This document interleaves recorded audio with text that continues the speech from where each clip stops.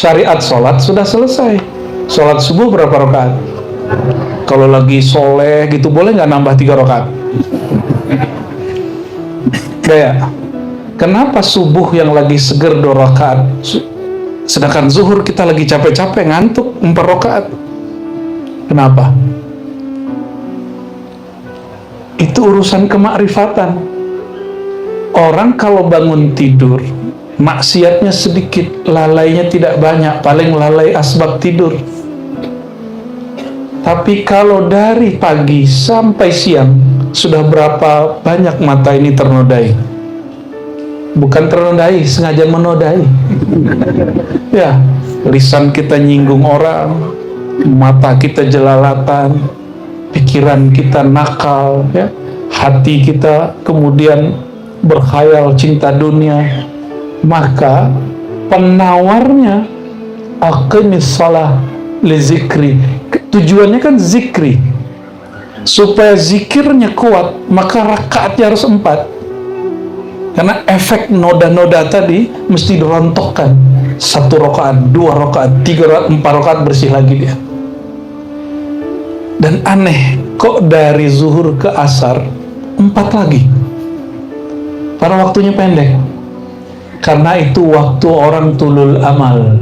Jadi hati-hati ya, dari zuhur sampai asar itu waktu orang pikiran tulul amal. Apa arti tulul amal? Panjang angan-angan. Ini penyakit. Jadi penyakit yang biasa bilangan jadi panjang.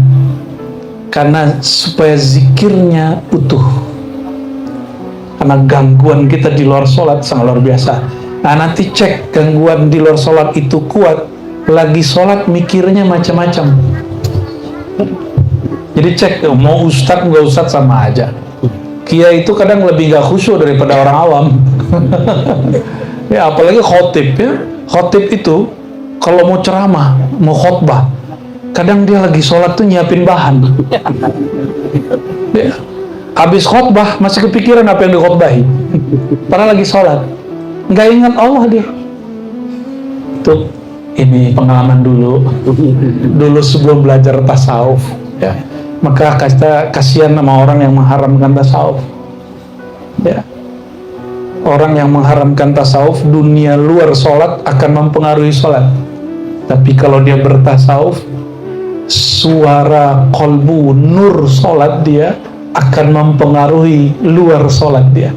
Dalilnya apa? Hadis Nabi SAW, as-salatu nurun, sholat itu cahaya.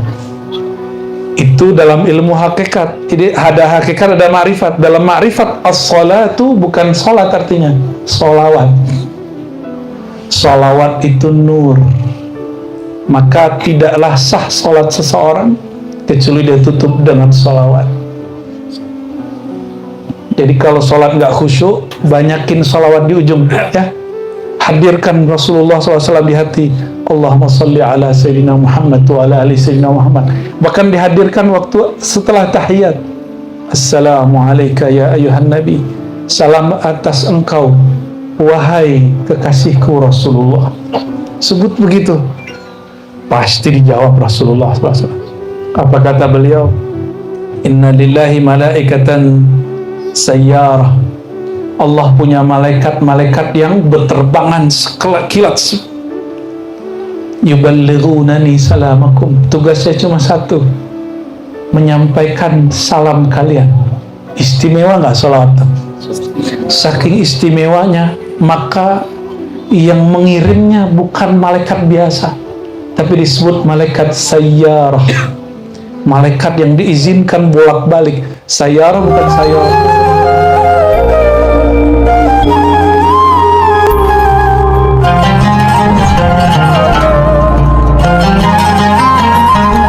والمعتمرين ونصر الله يقبلنا ويجعلنا من المقبولين آمين رب العالمين. أشهد أن لا إله إلا الله أشهد أن محمدا عبده ورسوله. اللهم صل على سيد الحجاج سيدنا محمد وعلى آله وأصحابه ولبيته وذريته أجمعين. أما بعد, tempat ini lebih saya suka daripada di gedung.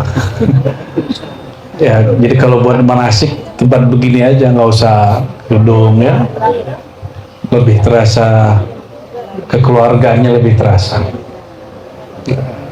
Kalau di gedung udahlah nyewa, kadang soundnya nggak cocok sama kita.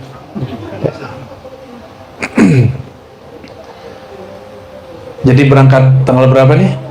27 ya.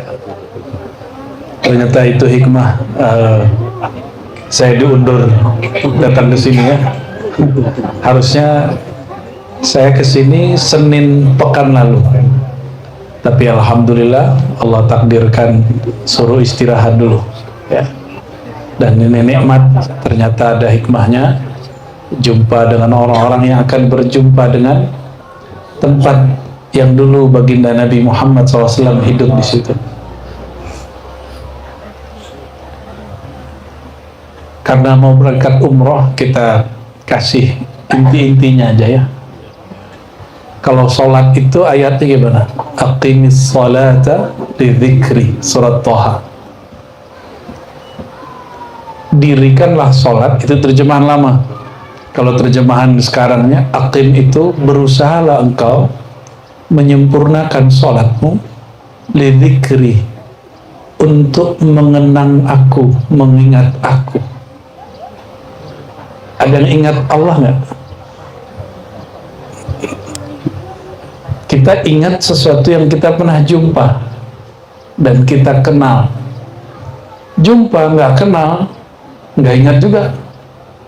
Berapa orang yang kita jumpai di pasar, di bandara, di kampung, di kota, kalau tidak kenal kita nggak ingat. Dan Allah tidak mungkin menyuruh sesuatu yang tidak jelas.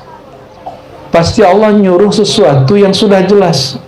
Yang sudah jelas kita pernah jumpa, yang sudah jelas kita pernah kenal kepadanya.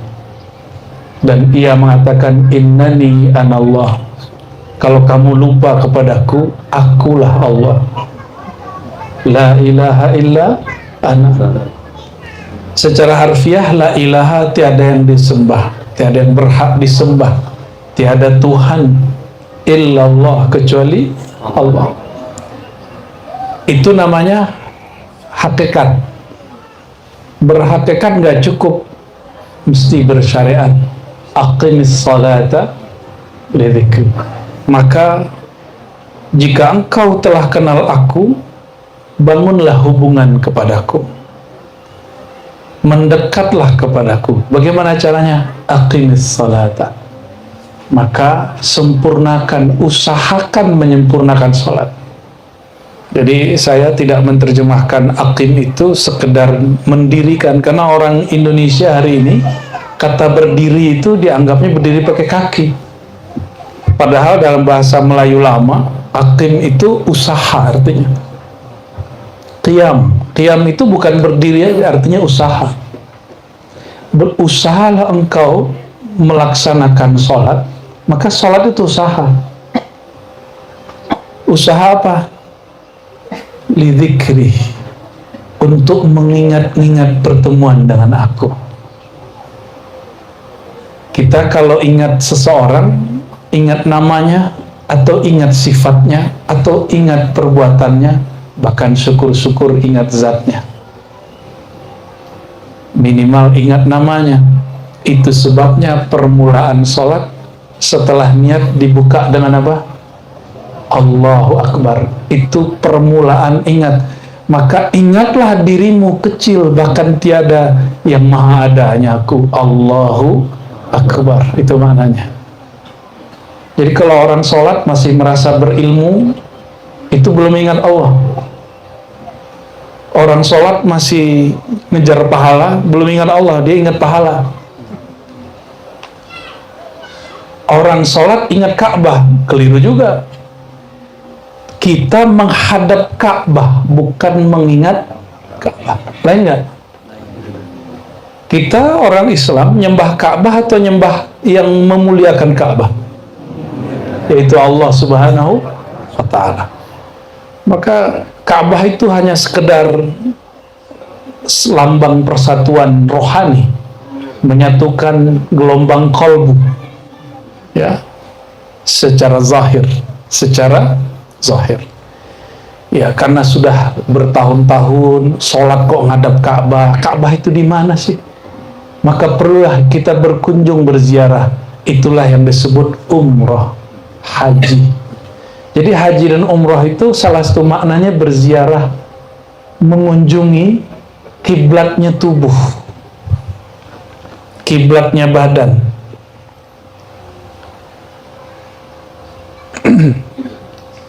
Saya mau tanya, Rasulullah SAW pernahkah berkiblat bukan ke Ka'bah? Pernah. Berarti Ka'bah itu boleh ditukar-tukar nggak sama Allah? Ya suka-suka Allah ya. Cuma karena syariatnya sudah selesai, nggak akan ada lagi diganti ke Lombok, nggak bisa. Mentang-mentang di Lombok ada Rinjani gitu ya, nggak bisa. Syariatnya sudah selesai. Al-yawma akmaltu lakum dinakum. Agama sudah selesai, syariat sudah selesai. Yang belum selesai pada diri kita adalah aqimnya. Maka guru saya menerjemahkan aqimis shalah itu ma'rifatilah sholatmu. Ma'rifatmu belum selesai. Syariat sholat sudah selesai. Sholat subuh berapa rakaat? Kalau lagi soleh gitu boleh nggak nambah 3 rakaat? Kayak kenapa subuh yang lagi seger 2 rakaat, sedangkan zuhur kita lagi capek-capek ngantuk 4 rakaat? Kenapa? Itu urusan kemakrifatan. Orang kalau bangun tidur maksiatnya sedikit, lalainya tidak banyak, paling lalai asbab tidur. Tapi kalau dari pagi sampai siang sudah berapa banyak mata ini ternodai? Bukan ternodai, sengaja menodai. Ya, lisan kita nyinggung orang, mata kita jelalatan, pikiran kita nakal, ya, hati kita kemudian berkhayal cinta dunia. Maka penawarnya aqimis shalah li zikri, tujuannya kan zikri, supaya zikirnya kuat, maka rakaatnya harus 4, karena efek noda-noda tadi mesti dirontokkan. 1 rakaat, 2 rakaat, 3 rakaat, 4 rakaat bersih lagi dia. Dan aneh, kok dari zuhur ke asar 4 lagi, karena waktunya pendek. Karena itu waktu orang tulul amal. Jadi hati-hati ya. Dari zuhur sampai asar itu waktu orang pikiran tulul amal. Apa arti tulul amal? Panjang angan-angan. Ini penyakit yang biasa dikenain sama orang-orang kayak dia nih. Artis-artis, penyanyi-penyanyi, bahkan ustadz yang artis, termasuk yang ngurusin, sama aja. Hubbud dunya wa tulul amal. Hati-hati. Maka saya pesan benar ke Bang Haji nih, Bang Haji Sofat.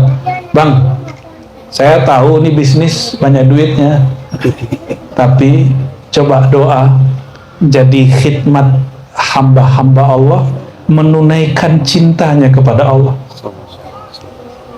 Maka saya kaget kemarin pas haji nggak jelas plus apa itu ya, angkanya nggak jelas itu ya. Tapi karena mungkin kemakan omongan kita ya, akhirnya berangkatin aja. Kalau teman kita yang di Jakarta ngambilnya 3 kali lipat, ini nggak ngambil, kayaknya minus itu. Minus itu, benar tak ya? Nah itu.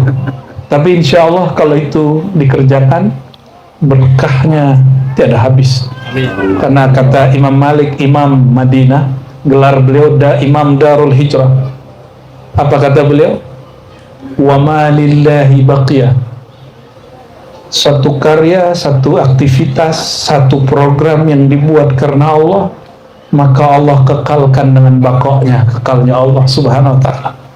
Ya, maka saya doakan ya, kalau memang diniatkan untuk berdakwah syiar, saya doakan semoga Safa Haramain Allah besarkan, Allah berkati ya. Amin ya rabbal alamin. Ya, saya lihat nih tuan guru ini kan dari dulu ngaji Kitabul Hajj, Kitabul Umrah, bab haji umrah, tapi belum pernah ke sana. Ngajar bab haji umrah tapi nggak ke sana kan aneh. Ya. Dan alhamdulillah itu niatkan. Itu doa Imam Abul Hasan Syazili. Dalam Hizbul Bar beliau berdoa, ya Allah, jadikan aku orang yang menjadi wasilah kekasih-kekasih Engkau mendapatkan rezeki. Itu doa Imam Abul Hasan Syazili. Abul Hasan Syazili ini bukan orang sembarangan. Ini wali Allah, pencetus Thariqah Syadziliyah, salah satu thariqah terbesar di dunia, Thariqah Syadziliyah. Cabangnya banyak. Cabangnya nanti ada Idrisiyah, ada bahkan Tijaniyah, ya. Tapi kemudian thariqah-thariqah itu sudah berdiri sendiri. Dan Imam Syazili, jangan dikira Imam Syazili ini langsung kaya. Imam Syazili ini tiap tahun haji. Mursyid, kiai, tuan guru tiap tahun haji. Dari mana duitnya?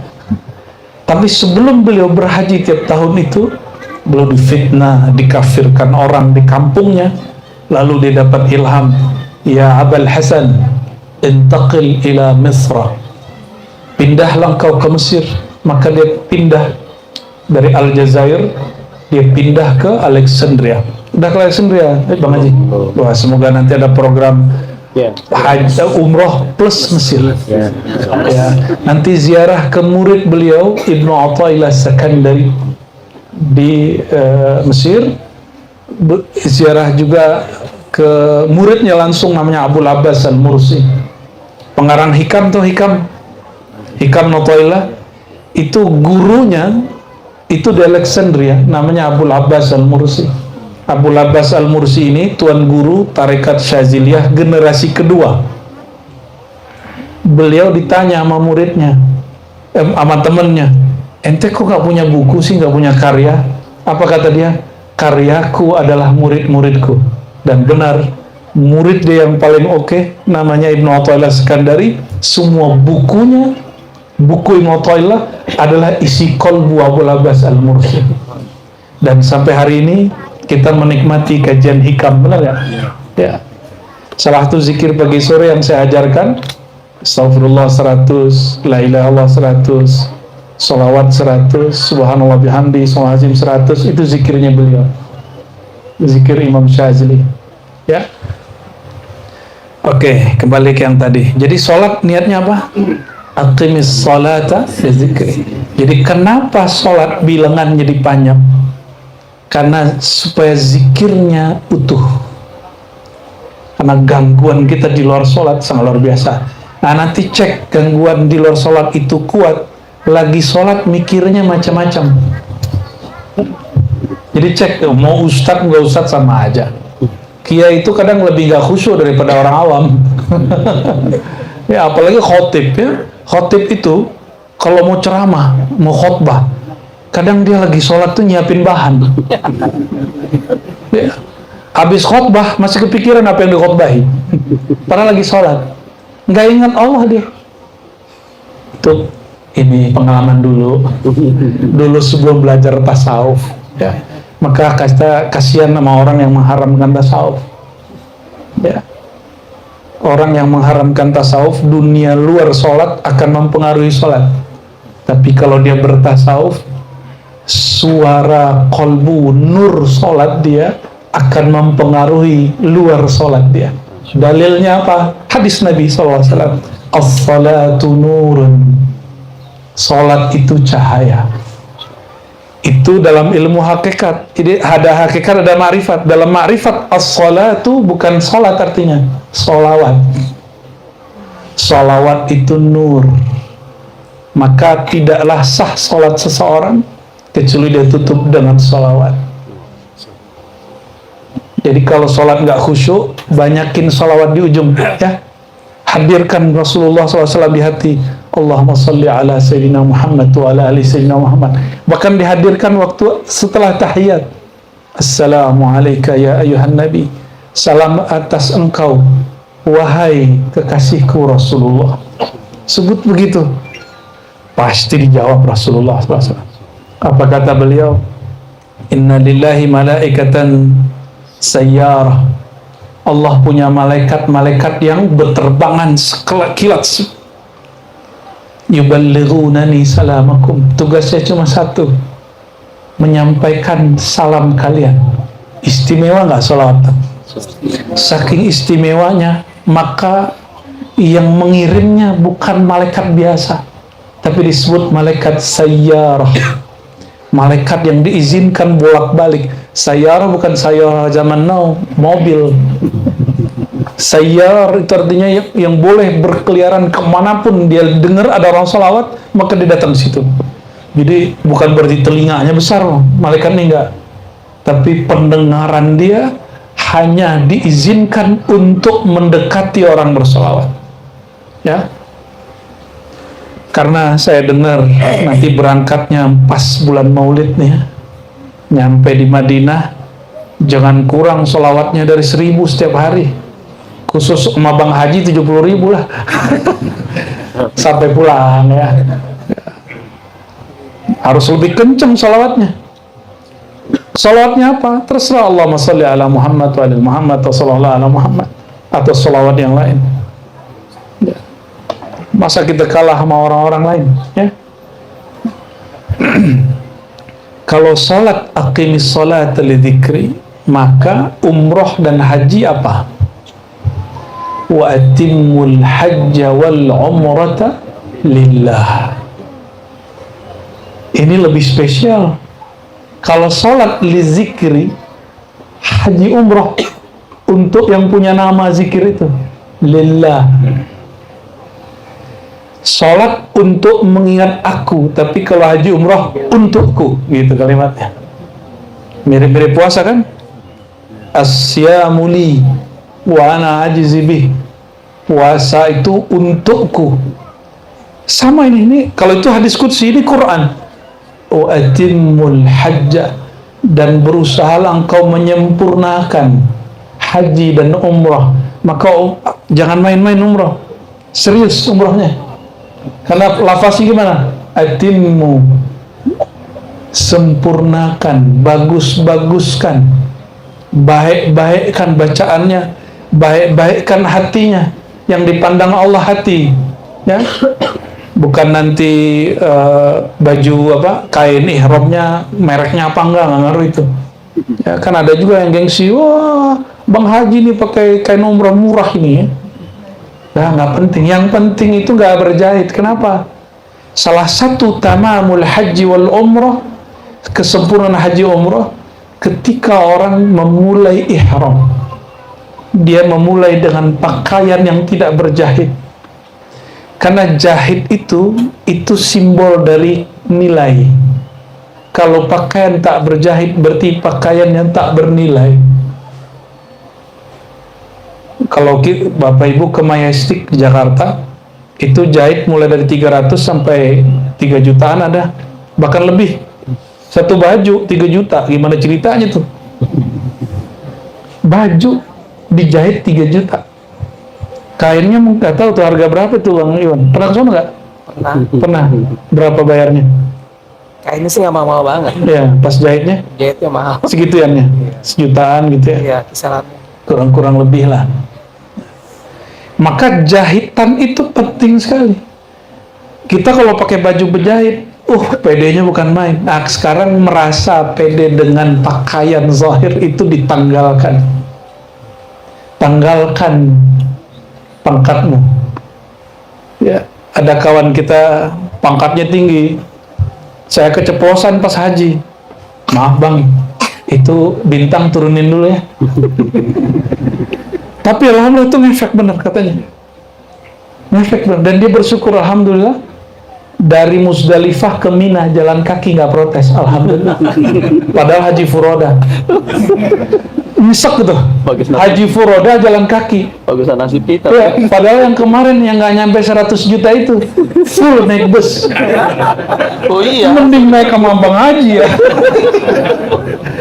Tapi disitulah Allah membersihkan orang-orang yang biasanya terjebak oleh baju, terjebak oleh jabatan, pangkat yang melengket, yang melekat pada baju. Ya coba Ustadz nih, kalau kita dai Ustadz kan lengkap nih, pakai begini kan, rida ini, shawl, pakai kopiah, pakai baju, lengkap deh, pakai cincin ya. Kalau bisa tuh dicopot semua, walaupun pakai cincin boleh, copot semua. Sehingga nggak ada ustadz di situ, nggak ada jamaah di situ, nggak ada siapa-siapa. Itu yang disebut ihram. Jadilah hambaku, kita maksud Allah. Maka tamamul haji wal umrah an tu'ri nafsaka an malabis dunyawiyah. Ketika engkau bertelanjang dari jabatan-jabatan, pangkat-pangkat, nama-nama duniawimu. Jadi sebenarnya seandainya nggak ada syariat pakaian, itu haji umrah itu mungkin nggak pakai baju. Tapi karena ada syariat berpakaian, nah inilah indahnya Islam itu. Sebelum Nabi SAW mengajarkan haji umrah, orang tawaf itu nggak pakai baju. Kayaknya yang ngajarin hakikatnya hakikat syaitoniyah itu. Kan senang banget ngeliat orang begitu nggak pakai baju kan. Astagfirullahaladzim. Katanya apa? Ini tempat suci, tanggalkan semua pakaianmu. Ternyata salah paham. Ya. Jadi sempatlah tempat suci itu nggak suci. Jangankan itu, Ka'bah yang sekarang kita tawaf, dulu ada 360 lebih berhala. Dan berhala itu satu-satu masing nama-nama syaitan, nama-nama iblis. Coba yang disebutin di Quran apa? Latta, Uzza, Manata. Itu nama-nama iblis, na'udzubillah. Nama-nama syaitan. Itu syaitan pangkatnya, kalau sekarang mungkin kalau dikasih pangkat ya bintang 3 lah. Bintang 3 di Indonesia nggak banyak loh. Sama itu nggak banyak, itu cuma beberapa syaitan doang yang berpangkat begitu. Dan mereka divisualkan dalam bentuk berhala dan disembah, orang tawaf di situ. Ya wajar kemudian kalau tawafnya nggak pakai baju, karena yang ditawafin setan. Maka ilhamnya ilham syaitaniyah. Nah ini hati-hati belajar ilmu hakikat nih. Orang belajar hakikat masih bisa terjerumus ke jurang-jurang syaitan kalau nggak sampai kepada ujung ma'rifat. Makanya Quran mengatakan fa'lam annahu la ilaha illallah. Maka berilmulah, bermakrifatlah ma'rifat la ilaha illallah. Maka semua ma'rifat yang menyalahi la ilaha illallah batil. Ya. Kita nggak ngaji ma'rifat dulu deh. Masih sore. Jadi haji umrah, kalau sholat li zikri, untuk mengingat-ingat aku, mengenang-enang aku. Kalau haji umrah full untukku, lillah. Maka nggak boleh ada sedikit ampun. Nih mohon maaf Pak Ustadz nih, ya Tuan Guru, itu juga ngefek. Masuk ya sebelum ihram, syahadat dulu, jangan langsung niat. Syahadat itu lebih dari niat, meluruskan, saya bimbing umat engkau ya Allah karena ingin mengajak mereka mengenal engkau ya Allah. Insya Allah itu diterima Allah itu. Baru pasang niat. Takut kegoras-goras di hati, rupiah, dolar, sama real. Nemenin jamaah nih untuk tawaf, tapi dalam hatinya berputar duit, tips, jangan sampai begitu. Ya. Itu pengalaman saya, ya. Walaupun saya nggak pernah bawa jamaah, tapi lagi tawaf, kolbu kita denger. Kan kolbu bisa dengar kolbu. Itu berisik sekali, real, dolar gitu. Ya. Itu terjadi. Tubuhnya tawaf di tempat suci, tapi pikiran kolbunya karena nodanya nggak disyahadatin dulu, nggak diistighfarkan. Akhirnya kolbunya berputar pada dunia. Dan coba cek Ustaz ya. Orang yang membimbing haji umroh karena duit, ta'ibah wa ta'isa, dia pasti lelah pikirannya. Berharap sudah ditemenin ini nggak dapat tips. Ya, ada orang yang kita nggak harapin ngasih tips. Apa kata baginda sallallahu alaihi wasallam? Hadisnya sahih. Ta'ibah abdud dinar, sungguh lelah pemburu dolar, real dan rupiah. lelah pasti. Ya, kembali ke niat awal. Kembali ke niat awal. Wa atimmul hajja wal umrata lillah. Sempurnakan haji umrahmu dengan menanggalkan keakuanmu, menanggalkan sifat-sifat cinta duniamu. Betul kita butuh duit, perlu duit, betul. Tapi jangan kemudian kita menjadi hamba duit. Ya. Siapa sih nggak senang dikasih duit? Senang nggak dikasih duit, Bang? Senang lah. Senang. Ya. Tapi ketika hati dan nyangkut, rasakan tersiksa. Maka kalau boleh kita sebut as'adul ibad, orang yang paling bahagia, ya, orang yang paling kuat mentalak dunia di kolbunya. Kalau dunia di kolbu harus talak 3, nggak boleh talak 1, ntar berujuk lagi dia. Berapa kali talaknya? Talak 3. Lo kan ntar bisa kawin lagi, itu lain cerita tuh. Emang kita berusaha terus, nggak boleh. Inilah alasannya kenapa sholat tuh bilangannya banyak. Karena dia sempat masuk, hajar lagi ya. Nah, dan betapa ya miris kita melihat musim haji, bahkan musim-musim umroh. Semuanya serba duit. Ya, Bang Haji sangat paham maksud saya. Semuanya serba duit. Bahkan orang Arab itu sendiri yang mainin. Orang kita ikut-ikutan. Ya mau gimana lagi? Mau masuk ke Raudhah sekarang? Bayar nggak? Bayar. Nggak bisa daftar online, bisa daftar offline. Berapa bang? 50 real. Tuh. Kata teman saya, Bang Ustadz, ya, dia bilang gitu sama kita ya. Di sini itu the king of Saudi bukan Raja Salman, kata. Ente nanti kena penjara. Oh kan, the king of Saudi is real. Raja Saudi itu real, bukan Salman. Astagfirullah. Ente punya real, ente mau ngapain beres? Dan mohon maaf, nah ini kadang-kadang jamaah nu bangga kalau hotelnya dekat dengan masjid. Hati-hati. Ini bukan nyuruh Bang Haji cari hotel jauh, ini bukan. Murah sih ya. Mengurangi beban travel. Bukan itu maksud saya. Sayyidina Abdullah bin Umar, Sayyidina Abdullah bin Abbas, orang yang paling mengenal baginda Nabi Muhammad SAW. Mereka kalau haji umrah tidak mau nginep di dalam haram. Batas haram tahu ya? Nanti dikasih tahu sama Mutawif, ini dataf haram. Kasih tahu. Mereka nginepnya di mana? Masjid Aisyah itu. Di belakangnya tanda haram. Mereka nginep kira-kira 10 meter di belakang itu, mereka buat tenda di situ. Kenapa? Ketika ditanya, Sayyidina Abdullah bin Umar menjawab, jika sholatmu dilipat gandakan jadi 100.000, kira-kira maksiatmu Allah pandang berapa ratus ribu. Tidak dilipat gandakan, cuma dilihatnya besar.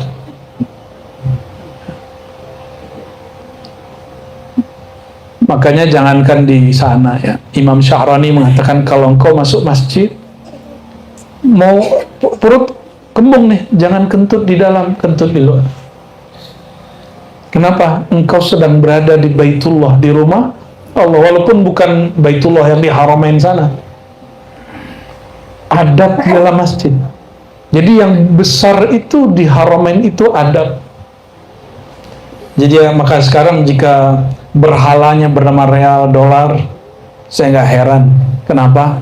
Dulu sebelum Nabi Muhammad SAW, ya, yang jadi berhala di sana berhala beneran. Kota suci Mekah jadi pusat berhala dunia zaman itu. Lalu dibersihkan oleh beliau Fatuh Mekah, dan sekarang masanya lagi muncul jadi berhala real dan dolar. Ya. Semoga ada masa ini dibersihkan lagi oleh imam akhir zaman ya. Hanya imam akhir zaman yang bisa. Kalau imam Haramain nggak bisa dia. Ya. Imam Haramain soalnya udah di bawah pemerintahan sono. Ya. Jadi Bapak Ibu, tidak banyak yang mau saya sampaikan ya. Kalau ingin umrohnya diterima oleh Allah, maka datanglah bulat-bulat. Atimul hajja wal umrah. Atimmu itu juga boleh artikan bulat-bulatlah engkau datang sebagai hamba, ya. Maka atimmu, tamma yatimmu, tamam, tamat. Bahasa kitanya tamat, tamat kita, tamatkan sisi keakuan di hadapan Allah Subhanahu wa Ta'ala. Walaupun sudah berkali-kali umroh, jangan sombong di sana. Oh, nanti tersesat jalan. Bukan itu masalahnya. Kan sekarang ini yang bikin orang takut pergi haji umroh, kalau dia punya masa lalu yang gelap, takut nanti di sana kualat. Nah, ini kewajiban Ustaz meluruskan ini. Ya, nggak ada kualat-kualat begitu di umroh tuh, nggak ada. Maklum kenapa orang hilang di Haramain, ya, bukan negeri kita. Orang banyak hilang tuh biasa. Ya. Bukan itu masalah. Yang masalah adalah adab kolbu di sana. Ya. Jika adab yang baik dilipat ganda 100.000, maka adab yang buruk Allah pandang juga besar. Oleh karenanya, nanti masuk hotel, ya, jalan, jangan matanya jangan jelalatan. Ini orang Lombok nanti ngeliatin orang Turki bening-bening, Masya Allah. Ya, di tempat suci, mata kok menikmati sesuatu yang Allah tidak perkenankan. Ya, pengalaman tadi, ya. Ngeliatin lagi cewek India, hidungnya mancung-mancung. Ya, emang begitu. Ngeliatin lagi orang Iran, orang Uzbek, putihnya Masya Allah, seakan-akan tulangnya kelihatan dari belakang kulitnya itu, urat-urat. Benerlah kata orang Arab dulu kan, al-bayat nisful jamal, separuh kecantikan, keindahan, ketampanan itu pada putih, kata orang Arab. Kalau kata orang Persia, enggak. Yang kayak kita ini yang hot katanya. Allahumma sholli ala sayyidina Muhammad. Jadi jika sholat lizikrillah, haji umrah lillah, berarti lebih dekat, lebih cepat, ya. Semoga perjalanan umrohnya Allah makbulkan, Allah mabrurkan, dan para ustadz dan juga Bang Haji dan tim Allah berkahi. Allah jadikan niat mereka tulus, ya. Tapi jangan hanya tulus selalu mampus, tapi tulus dan dapat surplus. Amin ya rabbal alamin. Untuk keselamatan keberkahan kita semua, mari kita bacakan suratul Fatihah. Alhamdulillah, bismillahirrahmanirrahim. Ya kenapa suratul والضالين آمين. اللهم يا رحمن الرحيم يا كريم يا عظيم يا رب الكعبة، يا من يأمرنا بالحج والعمرة، صل على سيدنا محمد الذي منه أخذنا مناسكنا. Ya Allah, mohon sampaikan salam, sampaikan rahmat, sampaikan rindu kepada Nabi yang mengajarkan kami untuk merindui Ka'bahmu, untuk merindui Hajar Aswadmu. Namun ya Allah, mohon maafkan kami, kadang kami salah rindu, merindui Ka'bah tapi tidak merindui orang yang mengajarkan cinta kepada Ka'bah. Maka ya Allah, serahin kami berumroh, berhaji ke tanah suci-Mu. Izinkan kami menyapa, berkunjung kepada kekasih-Mu, yang karenanya Ka'bah yang tadinya penuh berhala menjadi simbol daripada tauhid, menjadi simbol daripada kesucian batin. Allahumma ya Allah, jangan jadikan kami orang yang jauh dari rahmat Engkau ya Allah. Maka ketika kami tidak sempurna melaksanakan sholat kami, umroh dan haji kami ya Allah, fatammim taqsirana, mohon ya Allah sempurnakan kekurangan ibadah kami. Allahumma ya Allah, inza an qulubina hubbad dunya, ya Allah tolong cabut dari kolbu kami cinta dunia, tolong cabut dari pikiran kami panjang angan-angan, tolong cabut dari jiwa kami kekerasan jiwa, jiwa yang sempit, pikiran yang picik. Dan jadikanlah ya Allah berkah berziarah ke tanah suci-Mu, berziarah kepada Nabi-Mu, kekasih-Mu.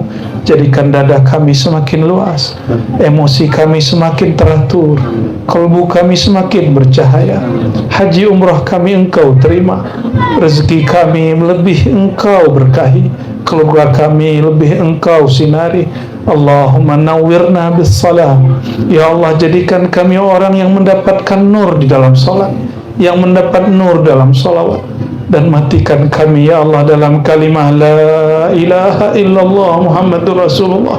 Ya Allah, dimanapun kami ya Allah, jadikan kami selalu ingat kepada Engkau. Ya Allah, dimanapun kami berada ya Allah, jadikan hati kami selalu bergantung berkait dengan rahmat Engkau. Allahumma arhamna, Allahumma arhamna, Allahumma arhamna bitarkil ma'asi ma abqaitana. Terakhir ya Allah, kami memohon senantiasalah sayangi kami, rahmati kami dengan cara jauhkan kami, hentikan kami dari semua kemaksiatan, kedurhakaan selama hayat masih dikandung badan. Dan ya Allah, jika kami terjebak kepada kemaksiatan, kami terjebak kepada kemungkaran, kami terjebak kepada sesuatu yang Engkau tidak ridhai, mohon ya Allah, jangan laknat kami ya Allah, jangan siksa kami ya Allah, tapi ambillah kami dengan kelembutan ya Allah. Selamatkan kami dengan kelembutan ya Allah. Keluarkan kami dari zulumat kegelapan kepada cahaya dan rahmat-Mu ya Allah. Zakirna bilutfika ya Allah. Ingatkan kami dengan kelembutan-Mu ya Allah. Wa sallallahu ala nabiyyina Muhammad. Rabbana atina fid dunya hasanah wa fil akhirati hasanah wa qina adzaban nar. Wa sallallahu ala sayyidil wujud sayyidil kaunain sayyidil thaqalain sayyidil hujjaj wal mu'tamirin وعلى آله وصحبه أجمعين والحمد لله رب العالمين. اللهم صل على سيدنا محمد.